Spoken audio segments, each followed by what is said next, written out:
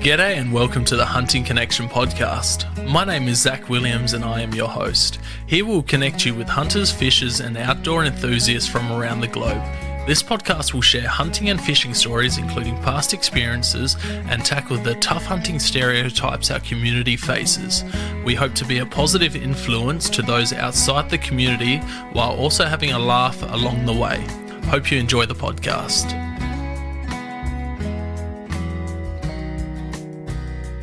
G'day and welcome to another episode of Hunting Connection podcast. Today's episode, doing a bit of a rutcast. I'm joined by Cody Gearon, the podstitute. How you doing, mate? All right, just whoring myself out to all the podcasts as usual. Everyone seems to go to you last minute if they need a quick scramble like I am tonight. Yeah, buddy, sloppy seconds. Yeah, no, that's it. So I thought we'd just have a chat about the rut and the roar and clear some things up for people and find out what you're up to and how you're hunting it and how you normally approach the rut and the roar and different tactics and tips and you know, you get a couple of nice deer every year, I think. Oh, on and off. Depends on what the season's like. That's it.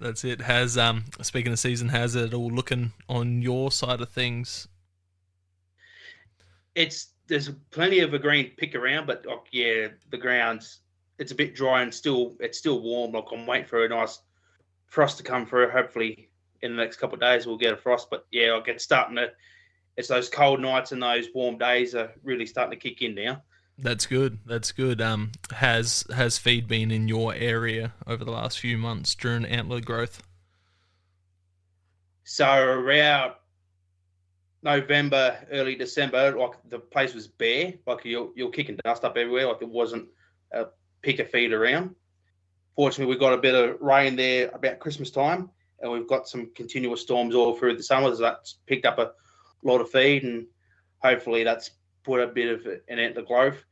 I have seen some young stags there during the summer period, and like they've got good antler, but like they're still short and very young. But like I've yet to get a good look at a proper old boy yet to see how he went.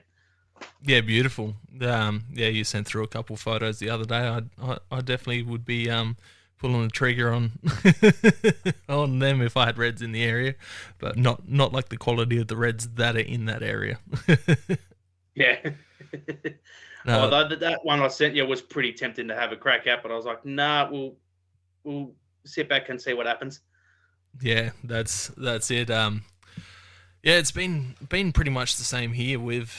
It's been pretty green up until January, up in the hills where I'm hunting, and it started drying off, start of January, end of December. The bottoms of the gullies still had quite a bit of green pick in it.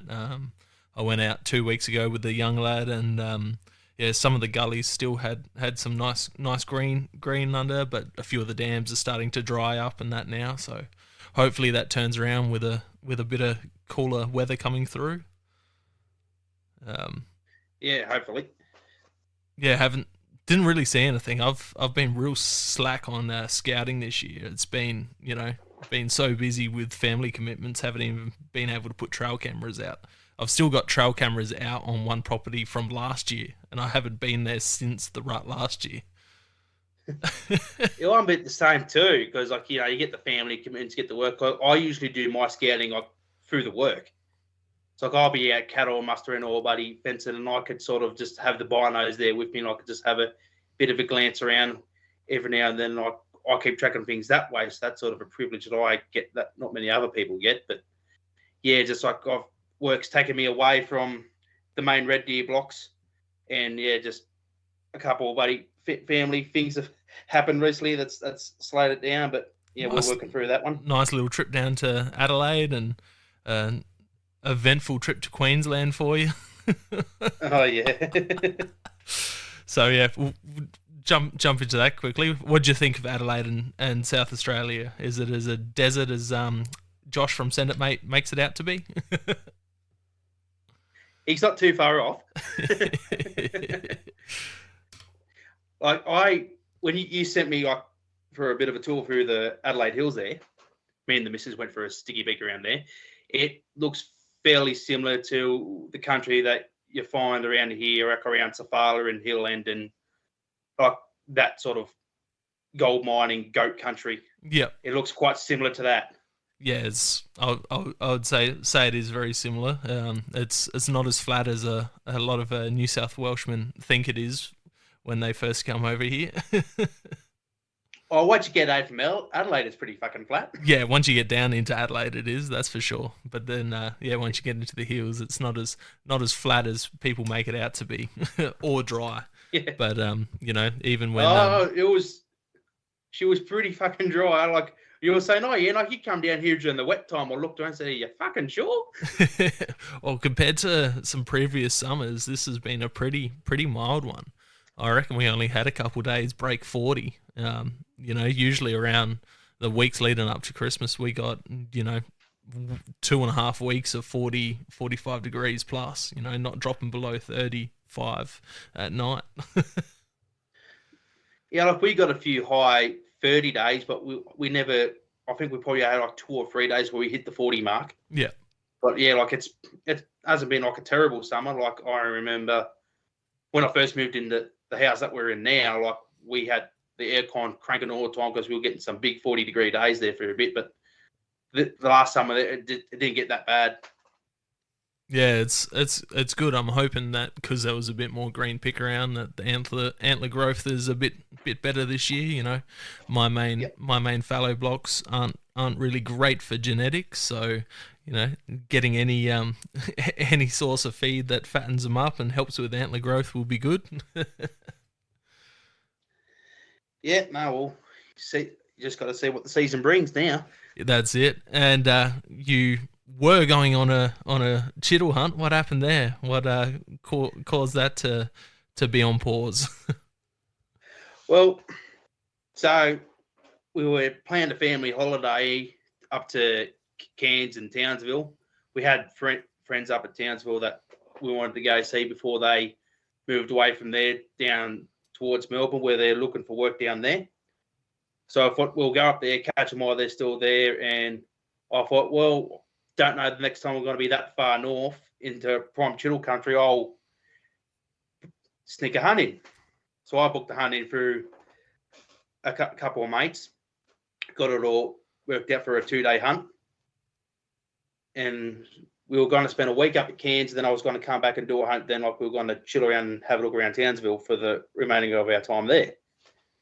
As we went to Cairns, me and the missus booked a massage at the cabins, like at the caravan park we were staying at. So she went first and got her massage, and I took the kids to the splash park. And then we switched, and then she took the kids to the pool while I went and got my massage.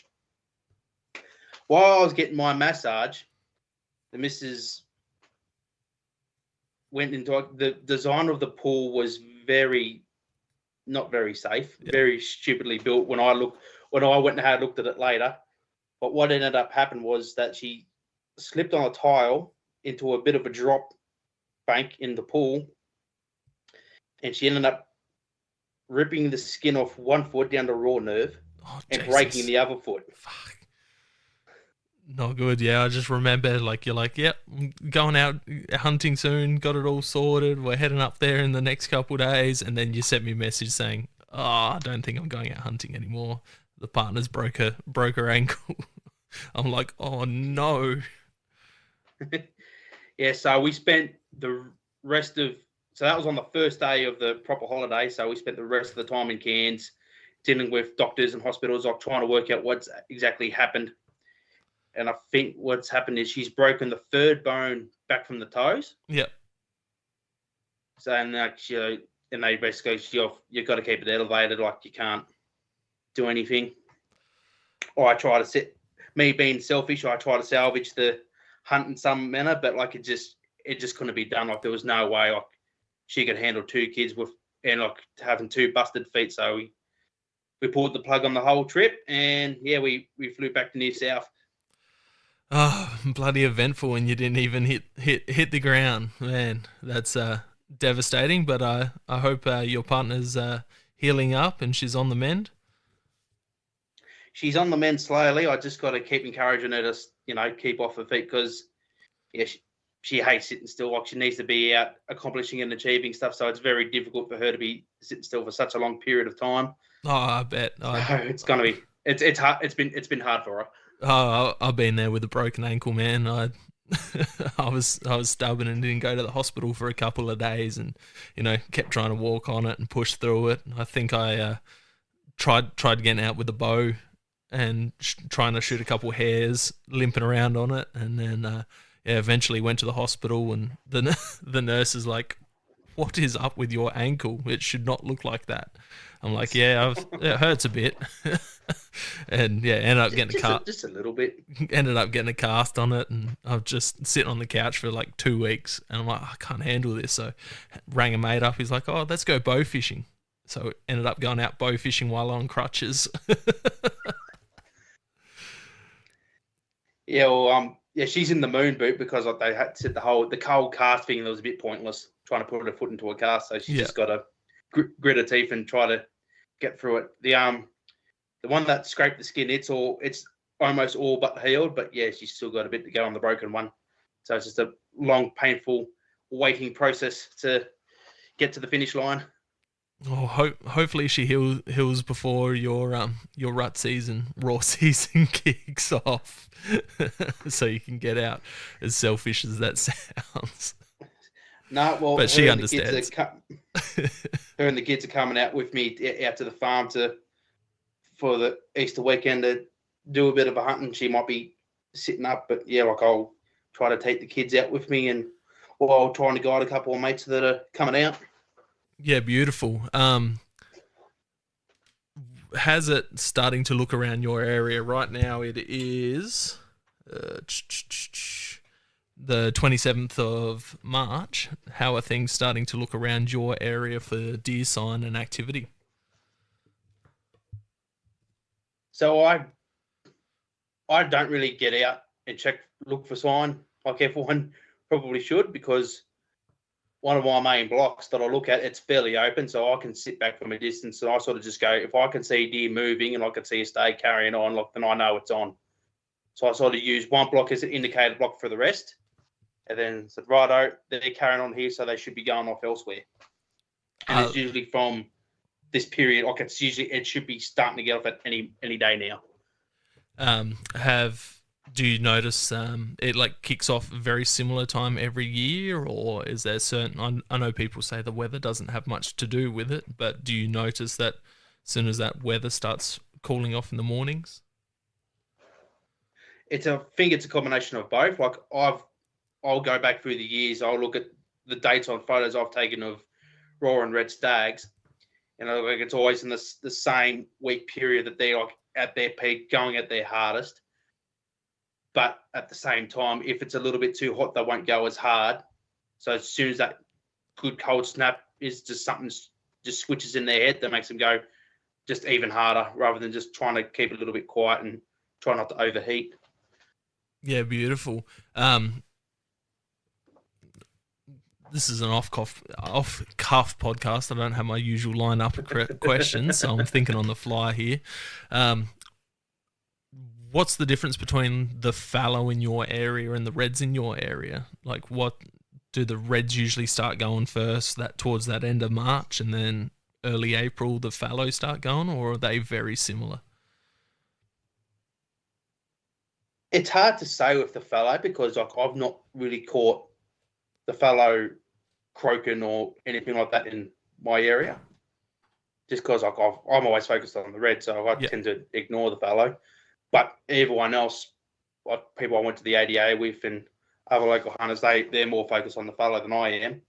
So they might have a bit of a better idea, but it tends to be that they go off that little bit later. So it tends to be probably about like early, mid-April that they go off, and it's always early April, late March for the reds. Yeah, beautiful. When do the reds start separating from their bachelor mobs into their single stage where they're out looking for hinds and satellite stags are cruising around? Yeah, they'll be probably about mid-March, early March, mid-March. They'll start separating and like not becoming friends anymore. Like you're still like early March, you'll still see them bachelor up, and then you'll go through that roof P where you don't see them, and you're seeing the hinds, and then about now if you see a hinds and you watch them long enough, you'll see a stag lingering around somewhere. Now, for the newer guys, I've only hunted reds a couple times. Once in the raw, fallow's my main lot. What are you looking for when you're chasing reds? Are they going back to the same areas? Are they using the same scrapes and same rub areas, or is it very different each time? They all tend to pick their little spots, little areas, and they often do a bit of a circle. What I've seen is that the hinds will be doing a circuit. The hinds are chasing the feed. So the hinds will be going, like they'll be doing their thing that they've always been doing. Like, we'll go here for a feed, then we go up here to bed and here for water. And then they just keep doing that. And the stags just sort of following them around and trying to keep the harem together. And then every now and then, like, you'll watch them and you think they've gone away, but then suddenly you'll be there trying to keep up with them. Then the stag will come charging back to make sure he hasn't left any behind. So, like, it's the hinds sort of dominate what they're doing. But then every now and then, like, if you'll find those satellite stags, they'll be just out wandering in the middle of nowhere where there's no hinds at all, just trying to find some sort of action. Yeah, beautiful. Do you find that they wallow in your area, or? Yeah. They do? Yeah, beautiful. I don't really get any wallows or anything here, fallow, as far as I've seen, don't really do it, especially in my area. If they do, they're pretty. They tend to hit the same scrapes up every year. So like the same scrapes I've hunted off of for the last 4 or 5 years plus, they seem to be on this property anyway, on those same scrapes every single year, which is good. It makes them a bit more patternable, but they're the scrapes are in difficult places to get down to because it's just cornflakes all the way down to them. Yeah, I've heard that from multiple people too. Like they'll use the same scrape every year, like for fallow. The fallow, wallowing for fallow, multiple people will tell you that they don't wallow, and that seems to be true. But I have heard 1 or 2 people call bull on that and say that they do wallow. So I think it might be depending on where they are and what sort of heat and crap they're trying to deal with. So I think if you're in a bit of a hot spot and a bit of a dry spot, they might wallow. But if you're in the nice green, plenty of feed and whatnot about, they probably won't feel the need as much. I probably don't know. I'm having a bit of a guess on that one. Yeah, it's, every area I hunt them, they seem to be not very different, but different enough that makes the hunting hard enough. Even on different sides of one of my bigger properties. One's got a decent amount of cover, and there's pretty hard to pattern in there, but in the areas where they tend to be out in the open fields, they tend to be a bit easier to pattern. Yeah, well, my general strategy, like if I get into an area and my goal is to listen, as soon as if I don't hear a roar in the first while, I'll let one out myself, and I'll see if I can get a reply. If I don't get a reply, that tells me that they've been under a fair bit of pressure and they don't want to talk, or you've missed that peak period. But if you do get a reply, then like you just keep following it, and try to keep him talking as much as possible, but try not to overdo it to the point where he goes, shit, I don't think I can handle whoever's coming over here to take me on. I'm going to take the hinds and move off. Yeah, so you're doing a bit of calling. Do you have like a roaring tube, or are you just using your hands? Bit of both. I use my hands if I don't have my horn. I've got like a plastic green horn, It's not like it's not the ones that the bighorn caller or that the boys have made. Well, back I got this thing from New Zealand like a couple of years ago, and I've had that since I was like 15. Yeah, beautiful. So I use that every year. And yeah, so that's just like if you're a bit of a tight ass and you can't even buy one of those horns, you can just get a milk bottle and just cut the bottom of it and just use that. Do you find that you're just more locate calling rather than trying to call them in, or do you actively try and call them in as well? I will actively try to call them in if it's an archery situation, just because when if I'm rifle hunting, you can locate them and you can usually sneak in and you can usually get a shot before one of the hinds bust you. You can't do that with the bow, so you've got to get him to play the game and come to you. So you'll get in there, you'll find the stake, and you'll find him amongst the hinds. If you're like in sight distance and thick scrub, you let off a bit of a roar, he'll perk up and go, shit, there's someone right here, I better go sort him out. But they're still pretty switched on. Like a couple of years ago, we roared one into 15 metres, but the whole time he was walking right around our position trying to catch our wind, and he just never gave a clear shot the whole time. And yeah, like if they get suspicious and like I can't see what you are, I do a little bit more investigating in that thick stuff. But like out in the open, it's like it's usually too open to even try bow. Because usually like if you're gonna shoot one and it's a good one, it's a rifle scenario, and make sure that it's a big hard enough pill to do the job. Now, going through one of the deer hunting Facebook pages, I'm just going to go through a couple of questions that have been being asked and see your thoughts and opinions on it, and see if you can give any advice. First one that's come up: do reds respond to rattling? You know what? That came up in conversation at an ADA meeting years ago, when I don't know if anyone's actually tried it to find out. So it's if someone's tried it, I'd like to hear from them and tell me about it, because I'm curious to know. But like, you don't hear of many people doing it. I just read in the comments, people say yes and responding to hind calls. So most of the comments on there are yes. I was just curious if you've tried it. Maybe you'll have to give it a go this raw. Grab some antlers, see if there's a difference between fallow and red antlers, and see if you can call them in with fallow antlers or not. I've got plenty of red casties kicking around, so we probably should give it a go. Yeah, definitely curious. You know, I've got one of those.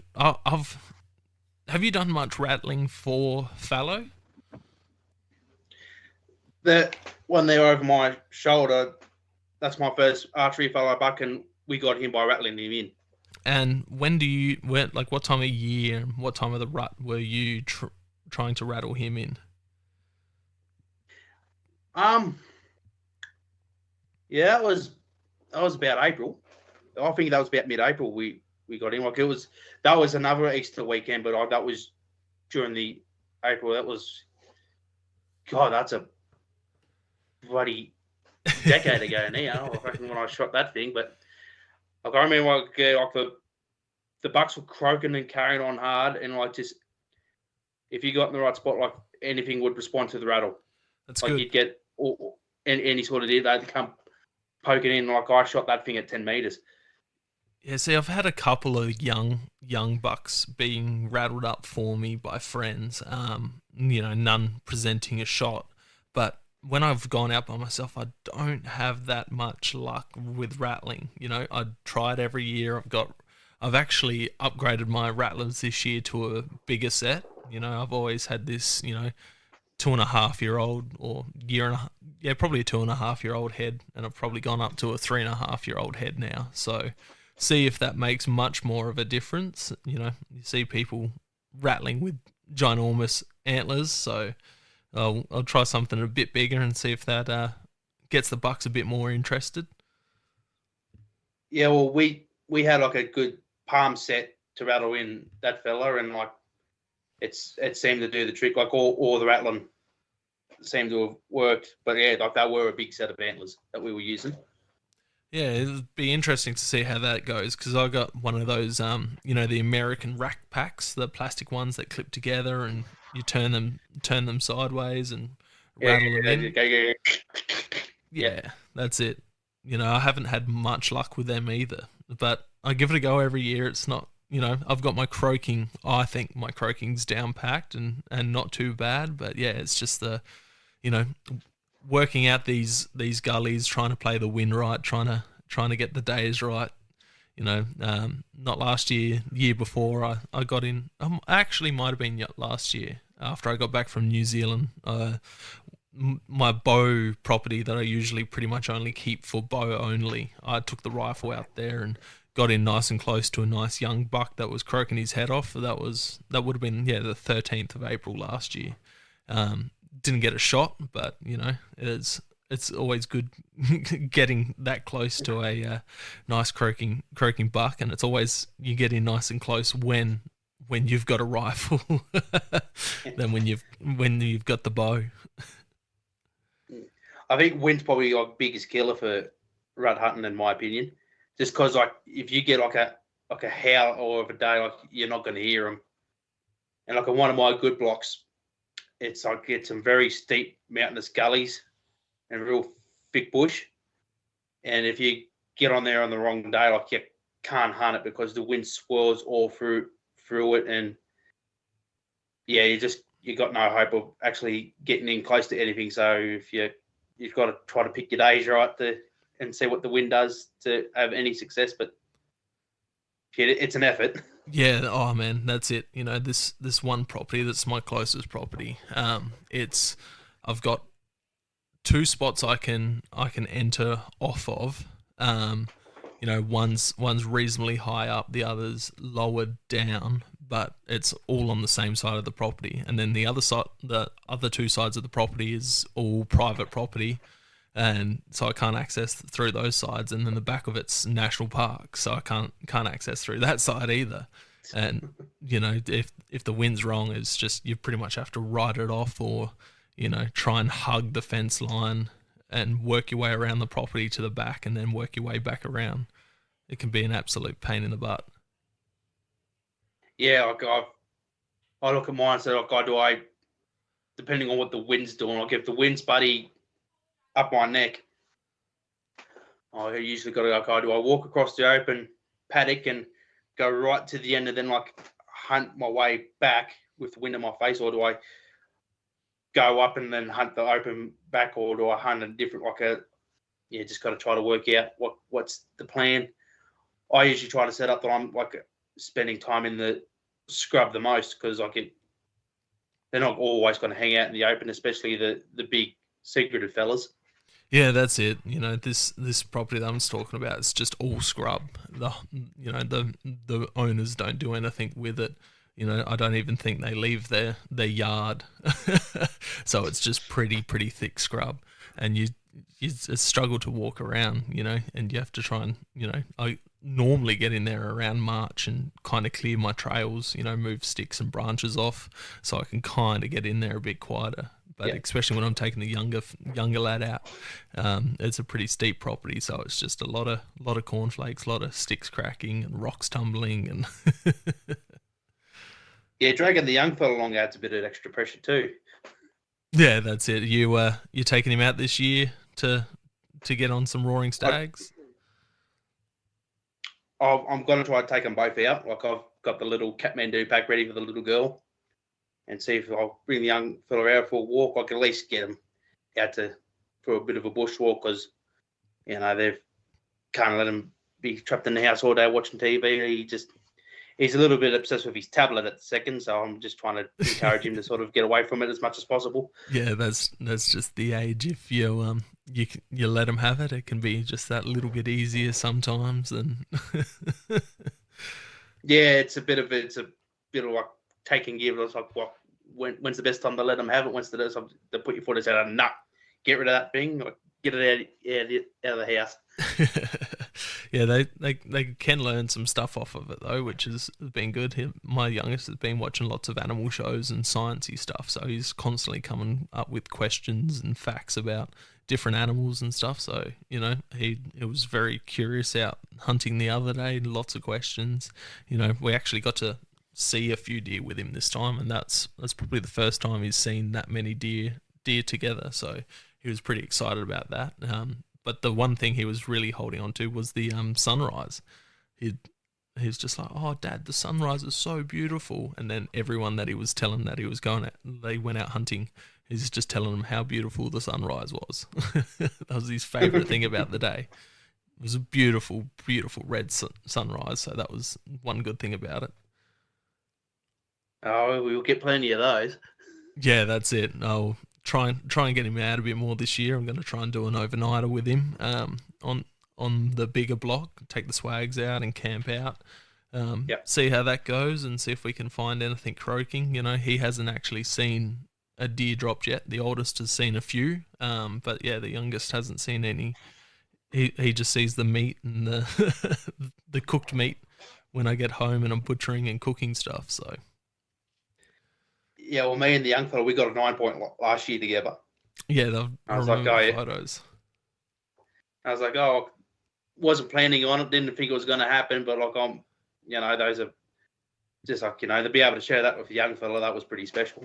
Oh, that's it. If I did try and get onto an injured spiker we seen, but there was no luck getting onto him. His whole back end, I reckon he'd been clipped by a car in the last few weeks, so his whole back end was lame, but he was still pretty switched on. As soon as those does started moving, he was the middle one moving around. So didn't get the shot opportunity on him I wanted. I was just going to put him out of his misery because he looked like he was in a fair bit of pain. Oh well. If you can find him when you can, you find him. There we go. We got a little visitor. Say, g'day, Zach. How you going, Leo? Nah, too quiet. Are you meant to be in bed? No, he's not very good at talking to people at the second, especially if he's a bit dopey and tired. I get like that too, mate. I think we all get a bit like that. I don't think he can hear you either. Oh, you got headphones in, that's probably why. I've got earbuds in. He's probably like, who's this strange looking fella? I got to wave back. So what are your... No? Okay. What are your rut plans this year? What have you got in the works over your rut and raw for the next couple of weeks? Well, for this weekend coming up for Easter, I've got a bit of a crew coming out. So I've got some friends coming with a couple of bows. They're going to have a crack. Beautiful. And I got some friends coming in last second. Like I had a bloke hit me up, just going like, I need a bit of a hand. Can you help me out? So I might be might have to keep a bit quiet about that one because I'm not too sure what I'm allowed to say, what not allowed to say. So just know I've got more people to take out than I initially thought. Then I'm going to leave it quiet for a while. Cody the guide. Leave it quiet for.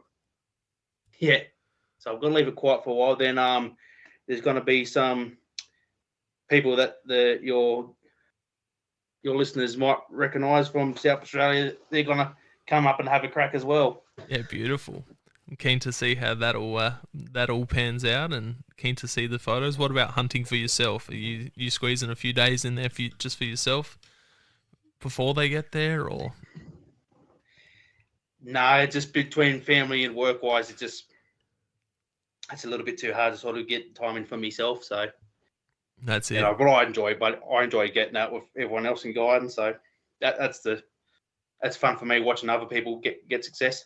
No, it's definitely good. Hopefully, I can squeeze in a couple of days, catching up with a couple of people and going out. Just see how it all works off with my days off and their days off. But yeah, it's an exciting time of the year. It's what we all look forward to all year, you know. Yeah, well, it's sort of the only time of year where some people really save up for it, and that's the one time they really want to get out. So it's all like hands on deck for like majority of Australian hunters. That's it. the fallow and the red, they absolutely love it and froth it. You know, do you change up your hunting tactics for the pre-rut, the rut, and the post-rut? Like, what's your... No, my tactics are always the same. Like, I keep my distance and like try not to, put too much pressure on an area. And if I see something of interest, then I'll put some work into it. But majority of the time, I'm just like I'm being like a fly on the wall from a distance with the binos and just keeping an eye on anything I can see without putting that pressure on it, because there's enough pressure on the neighbouring properties and from State Forest from like everyone else going in there. Yeah. So they're naturally going to push stuff onto my blocks. So I just try to keep back and let everyone else's mistakes sort of work in my favour. Beautiful. And what about helicopter culling? You got some coming up, I remember you saying? Yeah. No. The local land services have sent emails out to property owners requesting permission to do tropicols on their property. They all sent an email out, and the options were you only gave the option whether you wanted to shoot them or not, or if to give an exception to an animal was feral goats, but they'd shoot everything else and leave the goats alone, or they just shot everything they saw.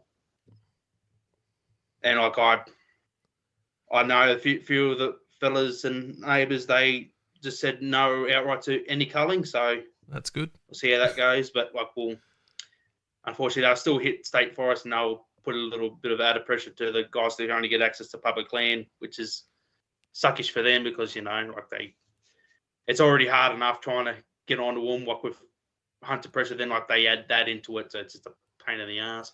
That it is, man. They've announced the dates down here that they're doing the southeast, so there's a few unhappy hunters with that. They've released the dates that they're doing in Vic High Country, so there's a few. Yeah, I saw that. A lot of people were reading it wrong, thinking it was Easter weekend that they're doing it, but it's the end of April they're starting by the looks of it, so it's not great, but it's not the worst either. At least it's the end and not the start. Yeah, it's like, could you imagine the blow up if they did stick to bloody Easter though? Yeah, I don't know. It would be absolutely devastating for a lot of people.